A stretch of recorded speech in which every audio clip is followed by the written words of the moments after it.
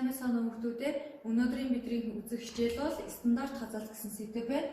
За өнөөдрийн хичээлээр дамжуулаад бид нар бүлэглэсэн үглийн арифметик дундчийг тооцоолох замаар стандарт хазаалтыг хэрхэн тооцоолох вэ гэсэн арга суралцах нэ. За ер нь математикийн тоон үзүүлэлтүүдийг хоёр хэсэгт хувааж үздэг. Эхний хэсэг нь бол байр шиг заадаг үзүүлэлтүүд байж байгаа. Энэ дотор бидний хамгийн сайн мэдих хамгийн их утга, хамгийн бага утга, cover deal, за мөн мод, медиан, арифметик дундч болдог байж байгаа. За мод, медиан, арифметик дундчийг бид нэр төвийн хандлагын үзүүлэлтүүд гэж бас нэрлэдэг байгаа шүү. За ингээд нөгөө үзүүлэлтүүд нь болохоор тархлын тоо үзүүлэлтүүд байж байгаа. Өөрөөр хэлбэл хэрхэн бие биенээсээ хол тархсан байна уу, эсвэл ойрхон байна уу гэдэг заадаг үзүүлэлтүүд бол эдгээр үзүүлэлтүүд байж байгаа. За юмд далаад, стандарт хазаалт, cover deal хоорондын далаад, variance буюу disperse сэдвэр бол бүгдээрээ тархлын тоо үзүүлэлтүүд хамаардаг байж байгаа. За өнөөдөр бид үзэх гээд байгаа сэдв бол стандарт хазаалт маань ерөөдөө тархлыг заана гэсэн үг. За бид нар арифметик дундчийг олохдоо өгөгдлийн бүх утгуудын утгын нийлбэрийг утгын тоонд хуваадаг хуваасан харьцааг бол бид нар арифметик дундч гэж нэрлэдэг.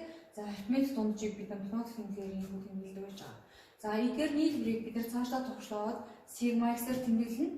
За арифметик дундчийг олохдоо сигма x-ийг n хувааж болох нэ. За мөн үүнээс цаашлаад бид нар юу гэж ойлгож болох вэ гэхээр сигма x маань n-ийн хүрчиг нь арифметик дундч байдгийг байна гэж ойлгож байна. За бид нар 5 зоосны диаметр өгсөн байна. Тэгэхээр зоосны дундаж диаметрийг олоорой гэсэн бодлого. За тэгэхээр сигма x-ийг бид нар n хуваагаад арифметик дундч ойлгох хэрэгтэй. За тэгэхээр эдгээр 5 зоосны маань диаметруудын нийлбэр нь 1280 та 5 зоос байгуулж 5 даа хуваая. Ингээд арифметик дундч нь 257 дундаж диаметртай гарч иж байна. За бид нар зарим өгүүлбэрүүд маань бид нар давтамж хэлбэрээр өгсөн байдаг. За бидний бодлого бол яасан гэхээр хүүхдгүй өрхийн тоо 4, нэг хүүхдтэй өрхийн тоо 3, хоёр хүүхдтэй өрхийн тоо 9, гурван хүүхдтэй өрхийн тоо 2 гэсэн давтамжийн өсөлт өгсөн байна. За тэгвэл энэ үед бид нар арифметик дундчийг хэн тооцоолж болох вэ? За тэгтээ бид нар яах вэ гэхээр хүүхдийн тоог давтамжаар үржүүлээд тэдгээрийн нийлбэрийг олно гэсэн. За мөн давтамжуудын нийлбэрийг олоод тэдгээрийн харьцааг олоход бидний арифметик дундч болох нэ. Өөрөөр хэлбэл 0-ыг 4-өөр, 1-ийг 3-аар, 2-ыг 9-өөр, 3-ыг 2-оор гэх мэтлэн харгалзуулан үржүүлээд тэдгээрийн нийлбэрийг олоход нийлбэр нь 27. За ингээд давтамжуудын нийлбэрийг тооцоолбол 18 байна. За ингээд харьцуулахад харьцаа арифметик дундч маань 1.5 болж байгаа нэ. За дараагийн болгон дээр жишээн дээр ярилцъя. 115 сурчаас онлайн тестийн шалгалт авчээ. Дараах хүснэлтэнд бид нар суралцагчдын сүүлийн асуултанд хариулсан хугацааг бид нар хүсэл дээр харуулсан байна. Өөрөөр хэлбэл 1-ээс 3 минутыг зарцуулсан сурагчдын тоо 16, 3-аас 5 минут зарцуулсан сурагчдын тоо 32, 5-аас 7 минут зарцуулсан сурагчдын тоо 42, 7-аас 11 минут зарцуулсан сурагчдын тоо 25 гэж өгөгдсөн байна. За тэгвэл бид нар энэ завсар хэлбэрээр өгсөн тохиолдолд хэрхэн арифметик дундчийг тооцоолох вэ гэдэг аргыг харъя. Гэхдээ бид нар энэ нэг бол бид нар энэ доод хэл 3 гэдэг маань дээд хэл. Тэгэхээр завсар өгсөн тохиолдолд бид нар зайлшгүй завсрын дундаж утгыг тооцоолж гаргах хэрэгтэй. За завсрын дундаж утгыг тооцоолохдоо дээд хэл дээр доод хэлийг нэмээд 2 тувааснаар бидний завсрын дундаж утга гарах нэ. За бүсгээр харъя. За 3-аас 5 минут гэсэн завсрын дундаж утга маань 4, 5-аас 7 завсрын дундаж утга маань 6, 7-оос 10 завсрын дундаж утга маань энэ хоёрыг харгалзуулан нэмээд 2 туваагаар 8.5 гарсан байна.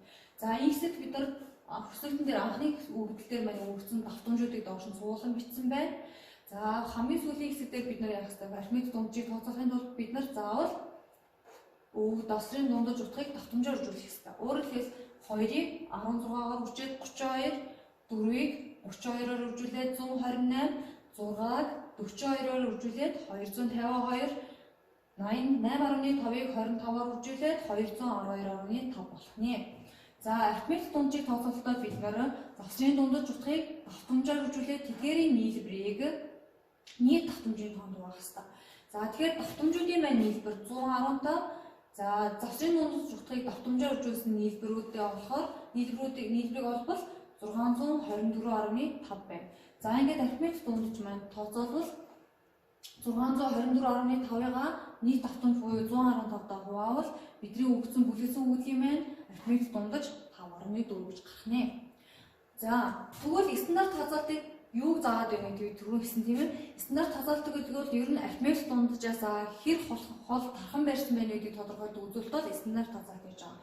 За стандарт хазаалтыг болохоор бид нар нэгдүгээрт нь бүх x-ийн утгуудыг арифметик дунджаасаа хэр хот байгааг оруулах гэсэн. Өөрөөр хэлбэл өвдлөөсөө арифметик дунджаа хасаад олно гэсэн. Тэр ялгарыг бид нар заримдаа стандарт хазаалт гэж нэрлэдэг байж байгаа. За хоёрт нь бид нар юу агуулах вэ? Энэ стандарт хазаалт маань өөрөө эргэж байж болно, сүргэж байж болно. Тийм учраас бид нар бодлогоо тооцоолоход илүү хялбар болох юм бол дандаа хазаалтуудын квадратуудыг бид нар тооцоож авдаг байгаа. За гуравт нь осон хазаалтуудын квадратуудын арифметик дунджийг бид нар дисперс гэж нэрлээд том дивсээр тэмдэглэнэ. Өөрөөр хэлбэл энэ томьёогоор бид нар дисперсийг тооцоож авна гэсэн. Өөрөөр хэл хазаалтуудын квадратуудын нийлбэрийг n-д хувааж өгснөөр бид нар дисперс авч болно гэсэн. За дөрөвт нь дисперсийн квадрат язгуурыг бид нар стандарт хазаалт гэж нэрлээд ингэж товчилж бичлэнэ. За стандарт хазаалтыг маань томьёо хэлбэрлүүгээ бичвэл стандарт хазаалт нь хазаалтуудын квадратуудын нийлбэрийг n хуваагаад түүнээс квадрат язгуур авснаар бид нар стандарт хазаалтыг олно гэсэн. За энийг бид нар стандарт хазаалтын 1-р томьёо гэж бичдэг байгаа. За хүүхдүүд маань хэсгийг бичиж аваарай. Бид нар 1-р томьёоноос хургалт хийгээд бид нар дараагийн хургалт хийснээр дараагийн томьёог гаргаж болно. За энэ бидний 1-р томьёо байв тийм үү? За эндээс бүгдээрээ нийлбэрээс n-ийн нэгийг уушаа гаргаж болно. За энэ хэсгээс бүгдээрээ хургалт хий. Энд дээр ялгуурын квадратын томьёогоор задлвал x-ийн квадрат усах нь 2 x үрчим арифметик дундч нэмэх нь арифметик дундчийн квадрат болно. За энэ дээр ингээ баг зэргийн хургалтуудыг хийгээд бид нар бодлогыг үргэлжлүүлбэл бидний эцгийн байдлаар энэ томьёог гарч ирнэ.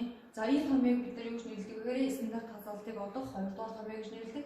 Та бүхний үнийг бичиж аваарай. За стандарт хазаалт маань ямарт эрг тоо байдаг шүү. За нэг жишээн дээр ярилцъя. За А өвдөл өгсөн маань А өвдөл нь 7 гэж өгсөн бол стандарт хазаалтыг олоорой гэсэн үг байна. За стандарт хазаалтыг олохын тулд нэгдүгээрт нь заавал бид нар арифметик дунджийг тооцоолох хэрэгтэй. За тэгэхээр энэ 5 тоогоо бид нар нэмээд 5-аа хуваагаар арифметик дундч маань 7 гарах нэ. За ингээд хазаалтуудын квадратуудын нийлбэрийг олъё. 7-оос арифметик дунджаа хаслаа түүний квадрат зөвшөөрнө. За гих мэт нэгээрийг нэмээд хазаалтуудын квадратуудын нийлбэрийг олоход тийг гарсан байна.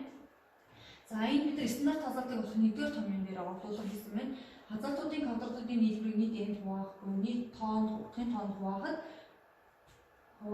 квадрат язгуур авахд бидний стандарт хазаалт бол тийг гарч байна. За 2-р томьёон дээр хэрэглэе. 2-р томьёон дээр мөн хэрэглээд өвдлүүдийн квадратуудын нийлбэрийг нийт утгын тоонд хуваагаад түүнээс арифметик дундчийн квадрат буюу 7-гийн квадратаа хасаад квадрат язгуур авахд стандарт хазаалт мөн тийг гарч байна. Тэгэхээр эндээс харахад 1 болон 2-р томьёо бол алийг нь ч бид нар сонгон хэрэглэх боломжтой юм байна гэдгийг харж болохоор байна. За B өвдөл байна. За B өвдөл маань мөн 5 өвдөл өгсөн. За B бинээсээ нэг холгүй тийм тоонууд өгсөн байна. Эдгээр тоонуудыг ашиглан стандарт хазаалтыг тооцоолоо гэсэн үг байна. За арифметик дунджаа тооцоолъё. Энэ 5 тоогоо нэмээд 5 хуваахад арифметик дундчийн мөн 7 гарсан байна. За хазаалтуудын квадратуудын нийлбэрийг олъё. За 4-өөсөө бид нар арифметик дунджаа хаслаа. Түүний квадрат нэмэх нь 2 түгэл нь 6, 6-аас 7 хасаад квадрат зөвшөөрнө. За гэх мэт нь өвдүүдээс арифметик дунджийг хасаад квадрат зөвшөөрөх нийлбэрийг олоход 28 78 гарсан байна. За 1-р томьёон дээр орлуулбал стандарт хазаалт маань 2.4. За 2-р томьёон дээр мөн адилхан орлуулад өвдлүүдийн квадратуудын нийлбэрийг нийт утгын тоонд хуваагаад түүнээс арифметик дунджийнхаа квадратыг хасаад квадрат язгуур авахд мөн стандарт хазаалт нь 2.4 гарсан байна. За 3 дахь өвдөл нь бие биенээсээ хол харахсан өвдлүүд өгсөн байна. За түүний стандарт хазаалтыг тооцоолъё. Мөн эдгээр 5 тоогоо нэмээд 5-аа хуваагаад арифметик дундч нь 7. За ингээ хазаалтуудын квадратын нийлбэрээр дээр харагдбайгаа мөн адилаар тооцоолбол 75994 гарч байна. За ингээд бид нар 1-р томьёогоо ашиглаад стандарт хазаалтыг тооцоолбол стандарт хазаалт нь 123.3 гарч байна. За тэгэхээр стандарт хазаалтууд маань тогтмол өвдлүүд бай. За бие биегээ ойрхон тоон өвдлүүд бай. За мөн бие биенээсээ хит зөрөөтэй тоон өвдлүүд байсан ч гэсэн бидний стандарт хазаалтууд маань дандаа эрэг тоо гарч байна. Тэгэхээр стандарт хазаалт бол ямар ч эрэг тоо байх нь. За 1 2 дугаар томьёог бол хүүхдүүд маань өөрсдөө сонгон хэрэглэх боломжтой байна. За тэгэхээр энэ тийм байна гэдэг бол өөрөөр нь стандарт хазаалт бие биенээсээ хол тархах нь байшаагүй нэг тогтмол тоонууд байна гэдгийг харж байна. За хамгийн сүүлийн өвдөлтөөр бол стандарт хазаалт маань нэлээд их тоо гарсан байна тийм ээ 123.3. Тэгэхээр бие биенээсээ хол тархах нь байрсан өвдөлтүүд байна гэсэн төгөлтэй гэж болох нэ. За тогтмол Давтамжийн өсөлт буюу бүлэглэсэн өгөгдлөг байгаа үед бид стандарт хязгаарлалтыг хэрхэн тооцоолох вэ гэхээр нэгдүгээр 2-1 болон 2 дугаар томьёо маань ийм хэлбэртэй болох нэ.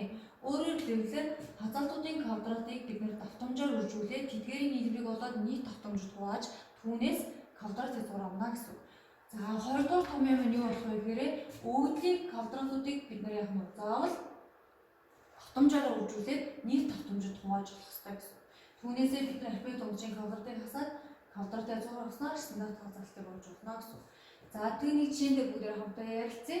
За А хотын хамгийн өндөр 13 байшин хэмжээ дараах хүснэтийг бидэнд өгсөн байна. Өөрөөр бүлэглэсэн хэлбэрээр өгсөн гэсэн. За 80-аас 90 м өндөртэй байшин 6, за 90-аас 100 м өндөртэй байшин бол 3 байсан. За 100-аас 120 м өндөртэй байшин бол 4 байна гэсэн өгүүлбэр өгсөн байна. За энэ бүгдээрээ стандарт хязгаарлалтыг тооцоолъё. За жишээ болгоо бүгдээрээ самбар дээр гүйцэтгэе. За 80-аас 90 гэсэн бүлэглэсэн хэлбэрт байна. Тэгэхээр энэ завсрынхаа бид дундаж утгыг зайлшруулах хэрэгтэй. Өөрөөр хэлбэл дээд хэл доод хэл хоёрын нийлбэрийг болоод 2 тугаах хэрэгтэй. Тэгэхээр 80 дээр 90-ийн 2 тугаахаар завсрын маань дундаж утга 85 болох нь.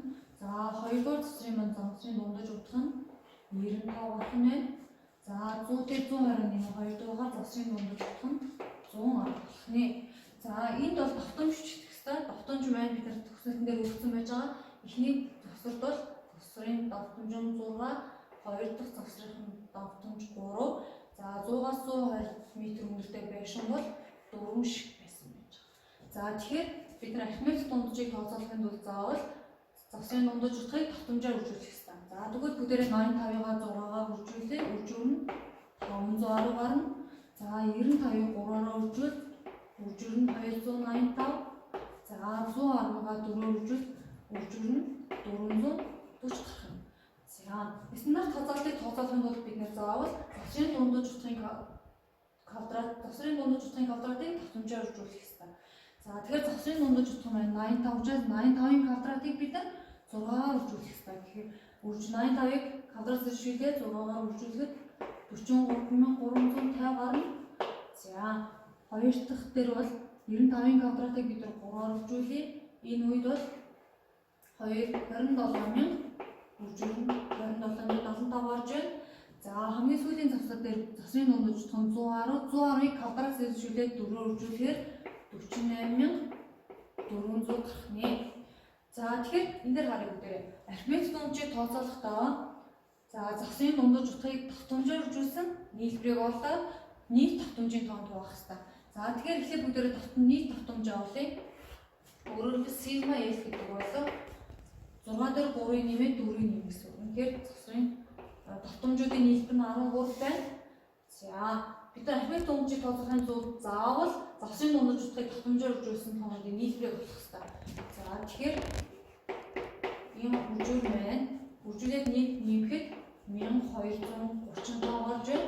За хамгийн сүүлд буюу завсрын дундаж утгыг квадратаар давтамжаар үржүүлэх квадрат зэршүүлээд давтамжийг за энэ завсрын дундаж утгын квадратыг давтамжаар үржүүлээд тэдгээрийн нийлбэрийг болохоор 118825 гарч байна. За одоо бүгд энд өгөгдлүүд тоон өгөгдлүүд ашиглаад архимед дунджаа тооцоолъё. За энэ завсрын дундаж утгыг давтамжаар үржүүлсэн нийлбэр маань 1235 байгаа. За үүнийг бид нар нийт давтамжийн тоо буюу 13 даа болж байна. За ингээ хуваахаар бидний архимед дундаж бол 95 гарч байна. За одоо стандарт хязгаарлалтыг тооцоолъё. За стандарт хязгаарлалтын багш нь 2 дугаар томьёог нь хэрэглэн тооцоолох гэж байна. За ингэхээр бидний өгөхөр архимед дундчийн квадратыг давтамжаар үржүүлсэн нийлбэр гэхээр бидний 118800 за 25 байж байгаа. За энийгээ нийт давтамж буюу 13 доо хуваагаад түүнээс энэ бол архимед дундчийн квадратыг хасна. Тэгэхээр архимед дундч маань 95 болсон учраас 95-ийнхаа квадратыг бид хасаад түүнээсээ бид нар квадрат хязгаарлах хэрэгтэй байна. За ингээд 118825-ыг 13 доо хуваахаар 9140.4 ойролцоогоор гарч байна. За ингээд түүнээс хасах нь архимед дундчийн квадрат буюу 95-ын квадрат маань 9025 гарч байна. За ингээд хасаад ялгуур нь 115.4 байна. За эндээс ойролцоогоор бүгдээ квадрат язгуураа бол ойролцоогоор 10.4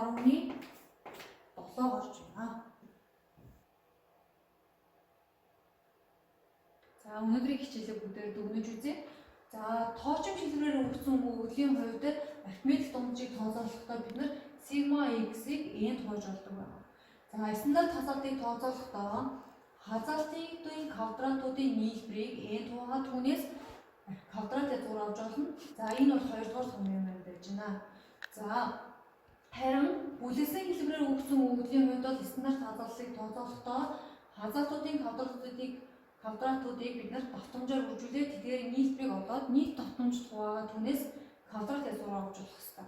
За энэ RX нь бол 2 дугаар томьёо байна. Өөрөөр хэлбэл өгөгдлийн квадратуудыг давтамжаар харьцуулан үржүүлээд тэдгээрийн нийлбэрийг нийт давтамжийн тоонд хуваагаад түүнээс арифметик дунджийн квадратыг хасаад квадратыг зураг авч стандарт хазаалтыг тооцоолох нэ. Тэгэхээр өнөөдрийн хичээлээс юу гэж дүгнэж болох вэ гэхээр стандарт хазаалтыг бид нар хоёр янзын томьёогоор бодно. Түүн нэг нь болохоор тоочмч хэлбэрээр өгсөн үед нөгөө хэсэг нь болохоор бүлэсэн өгөгдөл байх үед бид хэрхэн стандарт хазаалтыг тооцоолох вэ гэдгийг бодож сурсан байгаа. За бүгдээ гэрэл алгууртаа энэ хоёр бодлогыг гэрэл алгууртаа бие дан гүйцэтгээрэй. За тэгээ хичээлдээ анхааралтай сууж үзсэн сурагчдаа баярлалаа.